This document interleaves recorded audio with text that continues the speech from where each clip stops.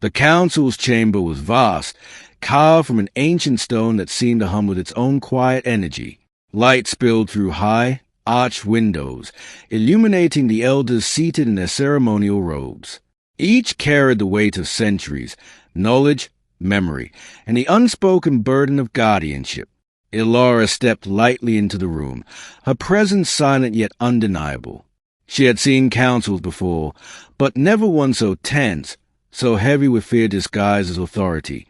The chief elder, a figure whose face was lined with countless years, leaned forward.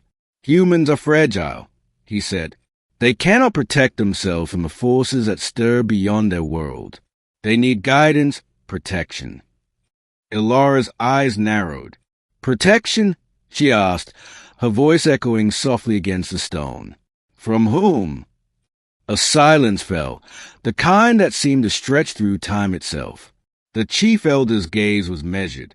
"From themselves," he replied finally, "from their own recklessness, from the shadows they cannot see, from the chaos their choices invite." She tilted her head. "And yet, you intervene before they even step into the world. Is this protection, or is it control?" The gold-eyed elder beside him spoke, voice like molten sunlight. "It is stewardship. Humans are young, impulsive, and dangerous. Their ignorance could bring devastation, not only upon themselves but upon everything we protect." Ilara's hand brushed the hilt of her dagger. "I have walked among humans. I know their flaws and their strength. You underestimate them, yet claim to shield them. Isn't there a risk that your fear blinds you?"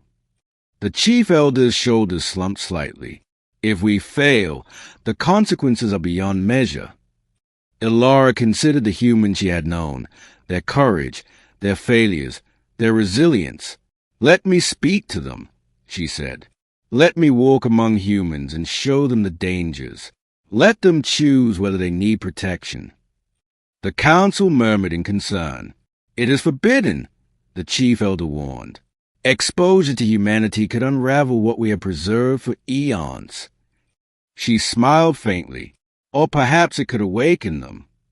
After long deliberation, the chief elder finally nodded. "Very well. But know this, if humans falter, the blame is yours.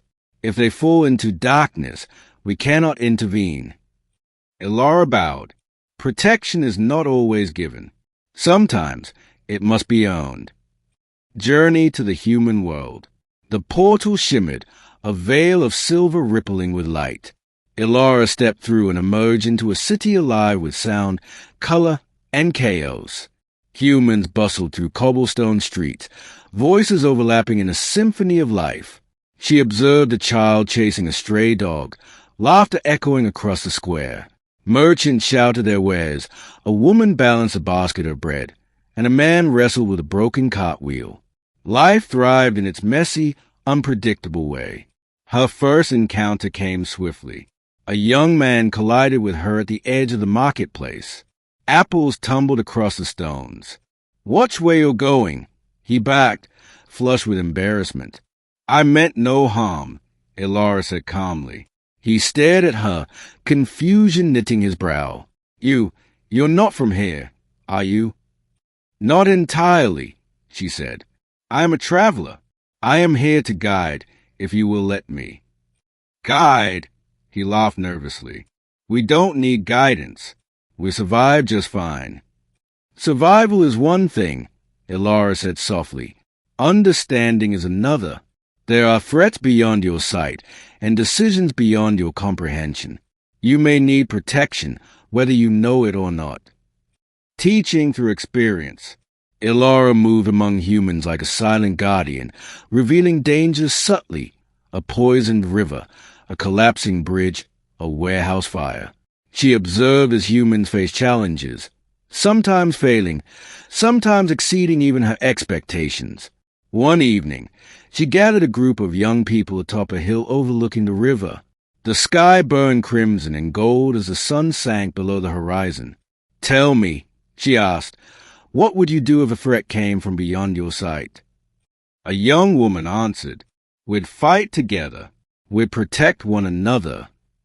Ilara nodded. And if fighting is not enough? A boy spoke. Then we learn. We adapt. We don't hide. The simplicity and courage of their words impressed her. The council had feared human recklessness, but here was recklessness tempered by resilience and choice. Return to the council. When Ilara returned to the council, she brought tales of human triumph and failure. Cities rebuilt after floods, communities united in crisis, individuals who face impossible odds. The council listened in awe. They are different than we imagined, the chief elder admitted. Stronger than we thought, yet still fragile.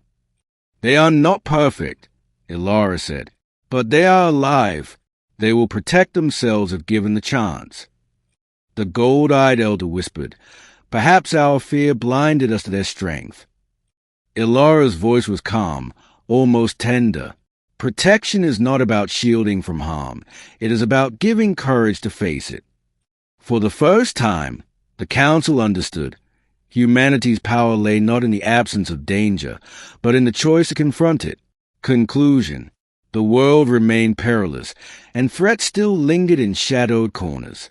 Humans would make mistakes, suffer, and fail, but within those imperfections lay their extraordinary potential.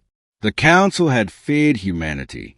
Ilara had learned that protection does not always come from intervention. Sometimes it comes from trust.